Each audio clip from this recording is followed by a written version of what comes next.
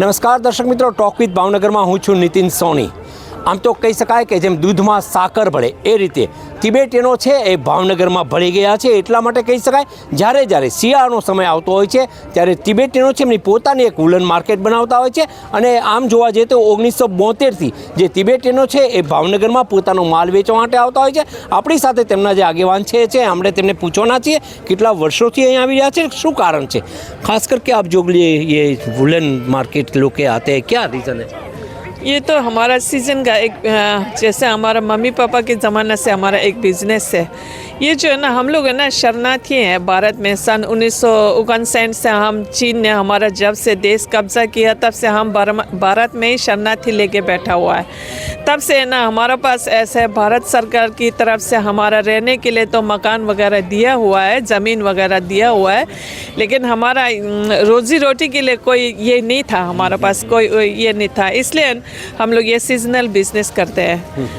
जो हमारा बिजनेस है वो तो सन 1972 से है ना। 1972 से हमारे मम्मी पापा के ज़माने से यही करता है, अब हम भी यही कर रहे हैं उसके पीछे, है ना।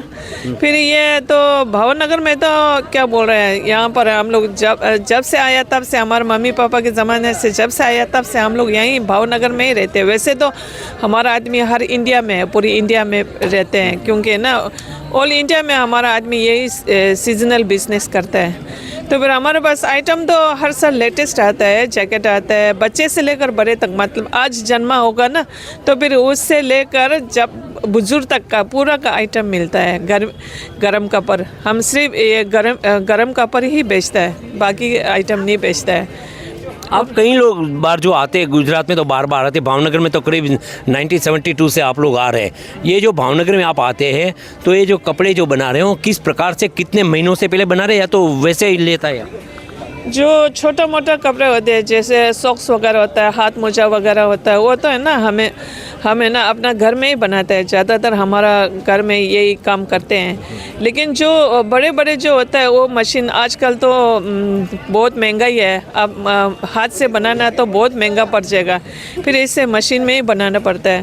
फिर वो तो है ना लगभग है ना तीसरा महीने से शुरू हो जाता है बनाना, तीसरा महीने से शुरू हो जाता है। फिर तो फिर अगस्त तक हम लोग बन के आ जाता है यहाँ पर। तो फिर जो सामान जो होता है ना ज़्यादातर उसका वो सारा लगभग बाहर से आते हैं, इंपोर्ट करते हैं। किस प्रकार का मटेरियल होता है खास करके? ये गर्म ही होता है, ये इंपोर्टेड माल है ना, ये तो इसके बारे में तो हमारा ये नहीं होता है। लेकिन फिर भी ना पहने का तो फुल गर्म आता है। फिर ये होता है एकदम क्या बोलते हैं इसका जो ना ज़्यादा दिन तक चलता है, मतलब ख़राब नहीं होता है, ना कलर का कोई प्रॉब्लम आता है, ना श्रिंक होने का, ना बड़ा होने का कोई प्रॉब्लम नहीं आता है।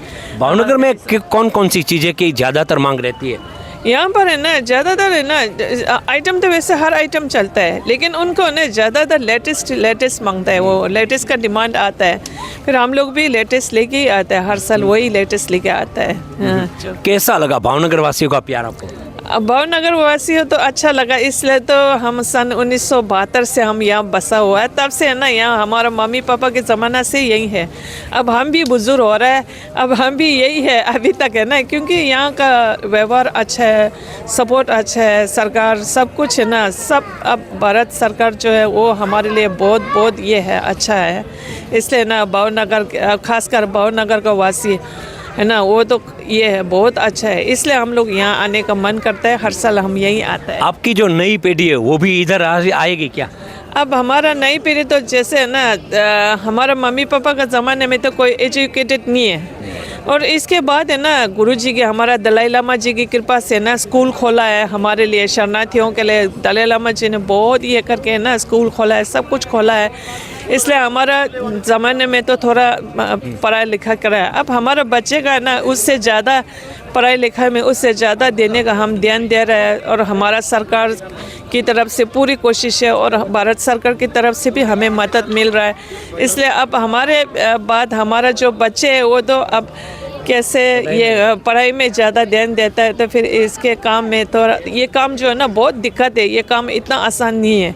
काम, ये जो काम होता है ना बहुत दिक्कत होता है ये काम करने में ना, इसलिए हमारे बच्चे तो ज़्यादातर पढ़ाई लिखाई में हम थोड़ा ध्यान रखते हैं। अच्छा, इकोनॉमिकल तो ऐसे तो नहीं होता है, जैसे हम लोग रोजी रोटी गुजारता है वही है, फिर हमारा बच्चे का पढ़ाई में थोड़ा खर्चा करता है, फिर अपना खर्चा हो जाता है, पर यही है। अब कोई ऐसे नहीं है कि कोई बहुत नफा कमाए या ऐसे कुछ ऐसे नहीं है। દર્શક મિત્રો, આપણે આવી પહોંચ્યા હતા જે તિબેટનો જે વુલેન માર્કેટ છે ત્યાં આપણે બહુ સ્પષ્ટપણે વાત કરી છે એમની જે વર્ષોથી આ જે પ્રથા છે 1972થી તેઓ ભાવનગરમાં આવ્યા છે, પરંતુ કંઈક ને કંઈક તેમની જે નવી પેઢી છે એ શિક્ષણ તરફ વળી છે, એટલે આગામી દિવસોમાં કદાચ આ પ્રવાહ છે એ ઘટી પણ શકે છે એમ કહી રહ્યા છે।